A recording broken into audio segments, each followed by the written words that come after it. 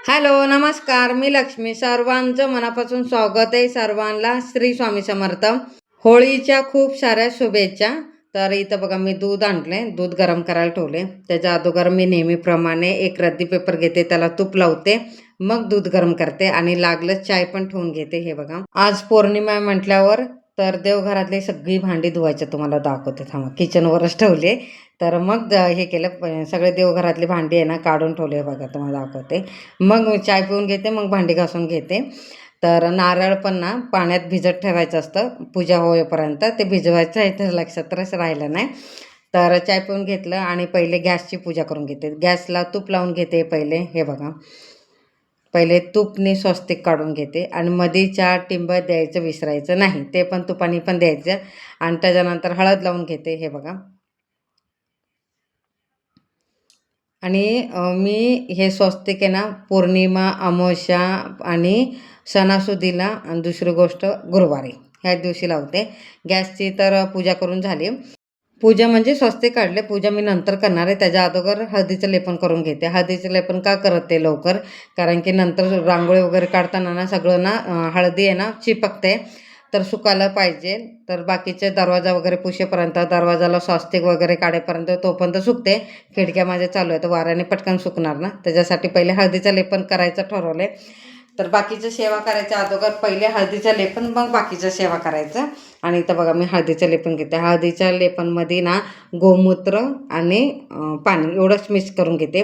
हे बघा, पाटून पुडून दरवाजा स्वच्छ पुसून घेते माझ्या नेहमीप्रमाणे. काय दरवाजा पुसायचा असला तर फक्त पुडून तेवढं नाही पुसत, मी अख्खा दरवाजा पुसते शनिवारी, गुरुवारी, पौर्णिमा, अमावस्याला आणि सणासुदीला. तर छानपैकी असं पुसून घेते. आणि मी दरवाजावर काय काय सेवा करते तुम्हाला दाखवते. बघा, आज होळी आहे, होळीच्या निमित्त काय काय करते ते पण तुम्हाला शेअर करते.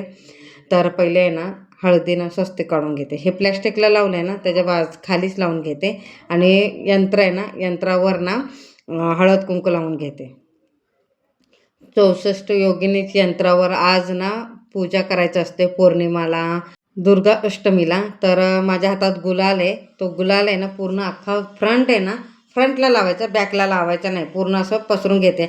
उजव्या हाताला गुलाल लावून घेते आणि जेवढं पसरते तेवढं लावते, वरून खालीपर्यंत. खाली पण तुम्हाला दाखवते. हे बघा, जेवढ्या हाताला हाताने लागतं ना तेवढं पसरून घ्यायचं, थोडं लागलं तरी चालतंय. आणि इथं बघा मी रांगोळी काढते.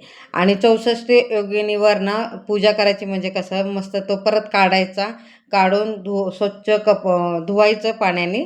तर पाण्याने, गंगाजलने, आपल्याकडं काय असेल ना गुलाबजलने, त्याच्याने धुवायचं. त्याच्यानंतर 11 माळी स्वामी समर्थ या मंत्राचा जप करायचा आणि 1 माळ ना नवार्ण मंत्र असं करायचं, मग परत लावायचं. तर शक्य असलं तर दर पौर्णिमाला, दुर्गाष्टमीला अवजरून करा, त्याचे पॉवर जास्त होते. मी तर करते. करताना तुम्हाला अवजरून अजून एकदा मी करते. एकदा तुम्हाला दाखवलं ना, अजून एकदा दाखवणार, नक्की दाखवणार तुम्हाला. तर इथं बघा रांगोळी सगळं काढून घेतली, हळदीचं लेपन सुकले आणि रांगोळी काढून घेतले आणि हळद कुंकू रांगोळीवर काढून घेते. हे बघा, आणि आज पौर्णिमा म्हटल्यावर खूप सुंदर उंबऱ्याची पूजा करणार आहे. तुम्ही बघा आणि कसं वाटतं उंबऱ्याची पूजा मला नक्की कमेंटमध्ये सांगा. आणि पौर्णिमा आणि अमावस्याला आणि गुरुवारी माझी ना मस्त मी करते अवजरून. रोज रांगोळी काढतेच, हळद कुंकू वगैरे फुलं वगैरे असली तर वाहते, पण मी ह्या दिवशी खूप अवजरून आणि छान मी करते. तर इथं बघा मधोमध्ये ना स्वस्तिक काढलं आणि फुलं आहे ना उंबऱ्यावर मस्त की असं सजवून घेते. हे बघा, आणि मी काल जाऊन मस्त की फुलं घेऊन आलेली, तर तेच आता सजावट करते.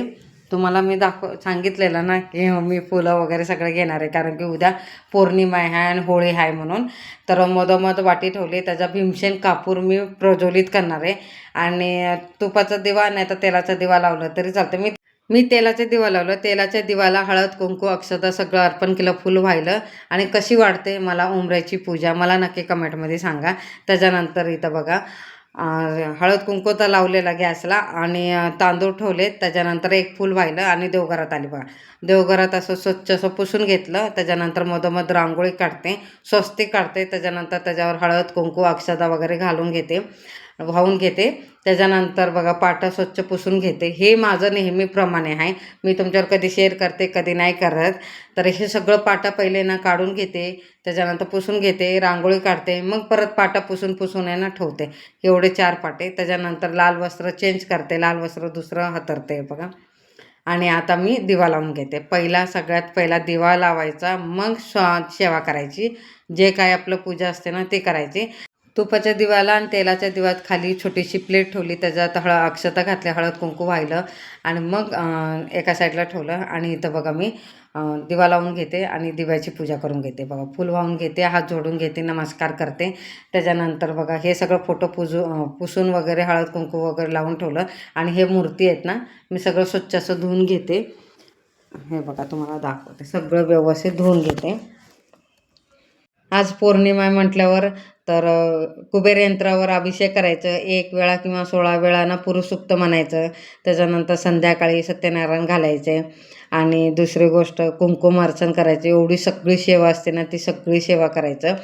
तर आज तांदूळ पण बदलायचे अन्नपूर्णाचे. तर मी प्लेट आहे ना स्वच्छ असं धुवून घेतलं आणि ओल्यातच तांदूळ घातले ना, तांदूळ आहे ना खराब होण्याची शक्यता असते, म्हणजे बुरशी वगैरे लागायचे. कारण की आठवडाभर ठेवतो ना आपण, दर मंगळवारी काढतो ना, त्याच्यासाठी मी असं प्लेट धुतल्यानंतर स्वच्छ असं कोरडं पुसून घेते. हे बघा सगळं पुसून घेते.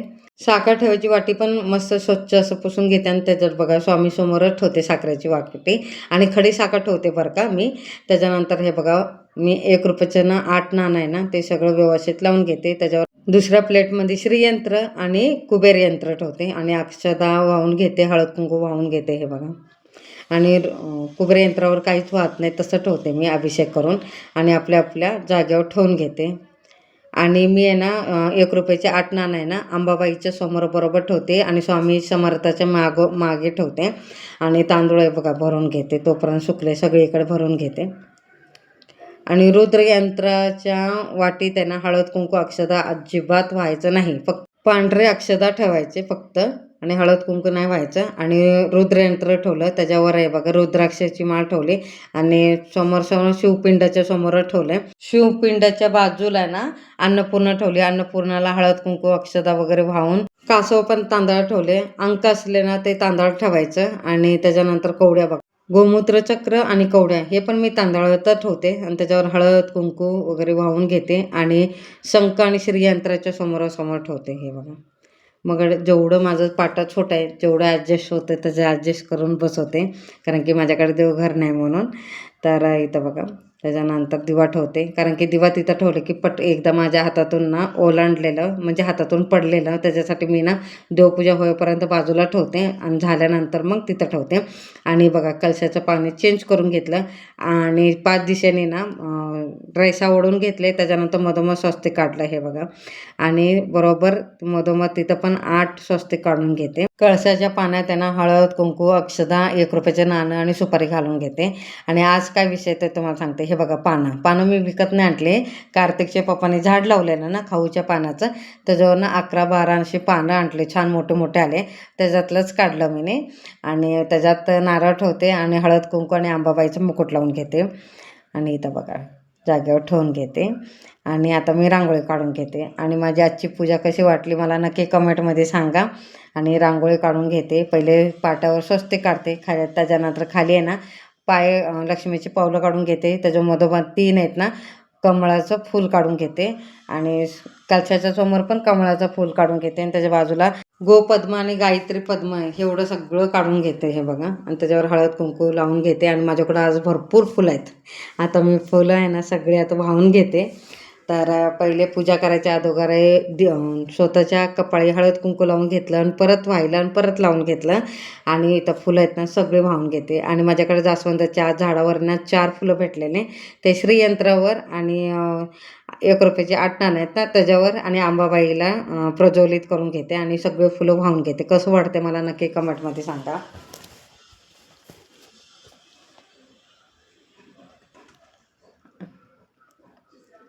आजची पौर्णिमाची अशी पूजा झाली माझी. आणि खूप प्रसन्न आणि छान वाटतं आणि मस्त मन प्रसन्न होऊन जातं. आणि इथं बघा तुपाचा दिवा प्रज्वलित केलं. त्याच्यानंतर मग शेवटला पूजा करायच्या टायमिंगलाच मी तुपाचा दिवा प्रज्वलित करते. मग धूप लावते, अगरबत्ती लावते आणि मस्तपैकी पाया वगैरे पडते, मंत्रस्तोत्र म्हणते. आणि आजची पूजा कशी वाटली मला नक्की कमेंटमध्ये सांगा. आवडली असेल तर लाईक, शेअर, सबस्क्राईब करा. अजून एकदा होळीच्या पौर्णिमाच्या खूप साऱ्या शुभेच्छा सगळ्यांना.